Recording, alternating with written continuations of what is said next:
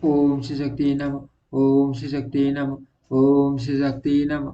ओम श्री शक्ति नमः। अश्विन मास की इंदिरा और पापा अंकुशा एकादशी का महात्म्य। युधिष्ठिर ने पूछा, मधुसूदन कृपा करके मुझे यह बताइए कि आश्विन कृष्ण पक्ष में कौन सी एकादशी होती है। भगवान श्री कृष्ण बोले, राजन, आश्विन कृष्ण पक्ष में इंदिरा नाम की एकादशी होती है। उसके व्रत के प्रभाव से बड़े बड़े पापों का नाश हो जाता है। नीच योनि में पड़े हुए पितरों को भी यह एकादशी सद्गति देने वाली है। राजन, राजन पूर्व काल की बात है। सतयुग में इंद्रसेन नाम से विख्यात राजकुमार थे, जो महिष्मतिपुरी के राजा होकर धर्मपूर्वक प्रजा का पालन करते थे। उनका यश सब और फैल चुका था। राजा इंद्रसेन भगवान विष्णु की भक्ति में तत्पर हो गोविंद के मोक्षदायक नामों का जप करते हुए समय व्यतीत करते थे और विधि पूर्वक अध्यात्म तत्व के चिंतन में संलग्न रहते थे। एक दिन राजा राजसभा में सुखपूर्वक बैठे हुए थे। इतने ही में देव ऋषि नारद आकाश से उतरकर वहां आ पहुंचे। उन्हें आया देख कर राजा हाथ जोड़कर खड़े हो गए और विधि पूर्वक पूजन करके उन्हें आसन पर बिठाया। उसके बाद वे इस प्रकार बोले, मुनिश्रेष्ठ, आपकी कृपा से मेरी सर्वथा कुशल हैं। आज आपके दर्शन दर्शन से मेरी संपूर्ण ये यज्ञ क्रिया सफल हो गई। देव ऋषि अपने आगमन का कारण बताकर मुझ पर कृपा करें। नारद जी ने कहा, नरश्रेष्ठ सुनो, मेरी बात आपको आश्चर्य में डालने वाली है। मैं ब्रह्मलोक से यमलोक में आया था। वहाँ एक श्रेष्ठ आसन पर बैठा था और यमराज ने मेरी भक्ति पूर्वक पूजा की। उस समय यमराज की सभा में मैंने आपके पिता को भी देखा था। वे व्रत भंग के दोष से वहां आए थे। राजन, उन्होंने आपसे कहने के लिए एक संदेश दिया है, उसे सुनो। उन्होंने कहा है, बेटा, मुझे इंदिरा के व्रत का पुण्य देकर स्वर्ग में भेजो। उनका यह संदेश लेकर मैं आपके पास आया हूँ। राजन, अपने पिता को स्वर्गलोक की प्राप्ति कराने के लिए इंदिरा का व्रत करो। राजा ने पूछा, भगवान कृपा करके इंदिरा का व्रत बताइए। किस पक्ष में, किस तिथि को और किस विधि से उसका व्रत करना चाहिए। नारद जी ने कहा, राजेंद्र सुनो, मैं आपको इस व्रत की शुभ कारक विधि बतलाता हूँ। आश्विन मास के कृष्ण पक्ष में दशमी के उत्तम दिन को सदा युक्त शीर्ष से प्राप्त काल स्नान करे, फिर मध्य काल में स्नान करके एकादशी को एक समय भोजन करे तथा रात्रि में भूमि पर सोए। रात्रि के अंत में निर्मल प्रभात होने पर एकादशी के दिन दातुन करके मुंह धोए। इसके बाद भक्ति भाव से निम्नाकी मंत्र पढ़ते हुए उपवास का नियम धारण करे। अड स्थित्वा निराल सर्वभोग विवर्जितं सो भोक्ष्ये पुंडरीकाक्ष सन्नं मे भवासियुतम्।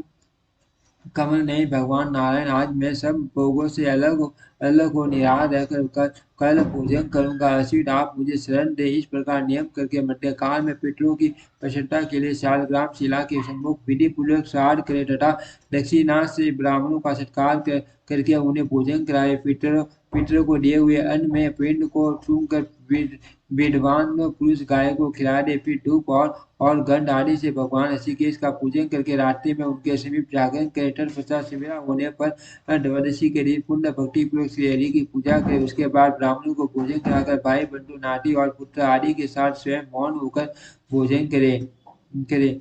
राजन, इस विधि से आलस्य रहित होकर आप इंदिरा का व्रत करो। इससे आपके पितर भगवान विष्णु के वैकुंठ धाम चले जाएंगे। भगवान श्री कृष्ण कहते हैं, राजन, राजा इंद्रसेन ऐसा कहकर देव ऋषि नारद अंतर्ध्यान हो गए। राजा ने उनकी बताई हुई विधि से अंतपुरी की रानियों, पुत्रों और पतियों सहित उस उत्तम व्रत का अनुष्ठान किया।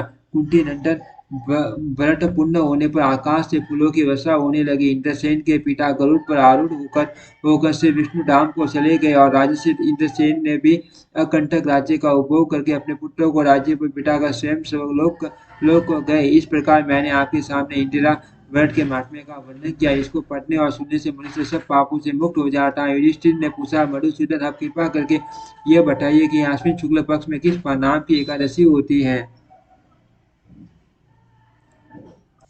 भगवान श्री कृष्ण बोले, राजन, आश्विन के शुक्ल पक्ष में जो एकादशी होती है वह पापा अंकुशा के नाम से विख्यात है। वह सब पापों को हरने वाली तथा उत्तम है। उस दिन संपूर्ण मनोरथ की प्राप्ति के लिए मनुष्य को सबक और मोक्ष प्रदान करने वाले नाभ संज्ञक मुझे वासुदेव का पूजन करना चाहिए। जितेंद्र मुनि सिर काल कठोर तपस्या करके जिस फल को प्राप्त करता है वह उस दिन भगवान गरुड़ ध्वज को प्रणाम करने से ही मिल जाता है। पृथ्वी पर जितने तीर्थ और पवित्र दिवालय हैं उन सबके सेवन का फल भगवान विष्णु के नाम कीर्तन मात्र से मनुष्य प्राप्त कर लेता है। जो सागर धनुष धारण करने वाले सर्वव्यापक भगवान जनार्दन की शरण में जाते हैं उन्हें कभी यमलोक की यातना नहीं भोगनी पड़ती। यदि अन्य कार्य के प्रसंग से भी मनुष्य एकमात्र एकादशी को उपवास कर ले तो उसे कभी यम यातना नहीं प्राप्त होती। जो पुरुष विष्णु भक्त होकर भगवान शिव की निंदा करता है वह भगवान विष्णु के लोक में स्थान नहीं पाता, उसे निश्चय ही नरक में गिरना पड़ता है। इसी प्रकार यदि कोई शैव या पाशुपत होकर भगवान विष्णु की निंदा करता है तो वह घोर गौरव नरक में डालकर तब तक पकाया जाता है जब तक कि 14 को इंद्रों की आयु पूरी नहीं होती। ये एकादशी स्वर्ग और मोक्ष प्रदान करने वाले, शरीर को निरोग बनाने वाली तथा सुंदर स्त्री, धन एवं मित्र देने वाली राजन एकादशी को दिन में उपवास और रात्रि में जागरण करने से अनायासी विष्णु धाम की प्राप्ति हो जाती है। राजेंद्र व पुरुष माता पक्षी 10, पिता के पक्षी 10 तथा स्त्री के पक्ष के भी 10 पीढ़ियों का उद्धार कर देता है। एकादशी का व्रत करने वाले मनुष्य देवी रूपधारी चतुर्भुज गरुड़ की ध्वजा से युक्त हार से सुशोभित और पीताम्बरधारी होकर भगवान विष्णु के धाम को जाते हैं। आश्विन शुक्ल पक्ष में पापों का व्रत करने मात्र से ही मानव सब पापों से मुक्त हो श्री हरि के लोक में जाता है। जो पुरुष सुवन, तिल, भूमि, गौ अन्न, जल, जूते और साथी का दान करता है वह कभी यमराज को नहीं देखता। नरश्रेष्ठ दरिद्र पुरुष को भी चाहिए कि वह यथाशक्ति स्नान दान आदि क्रिया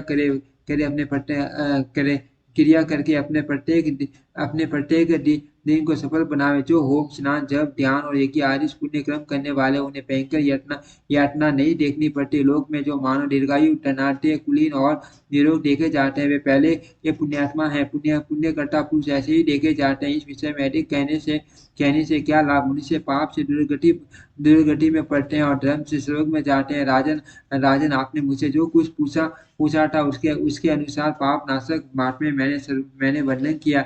अब और क्या सुनना चाहते हो। ओम श्री शक्ति नमः। ओम श्री शक्ति नमः। ओम श्री शक्ति नमः। ओम श्री शक्ति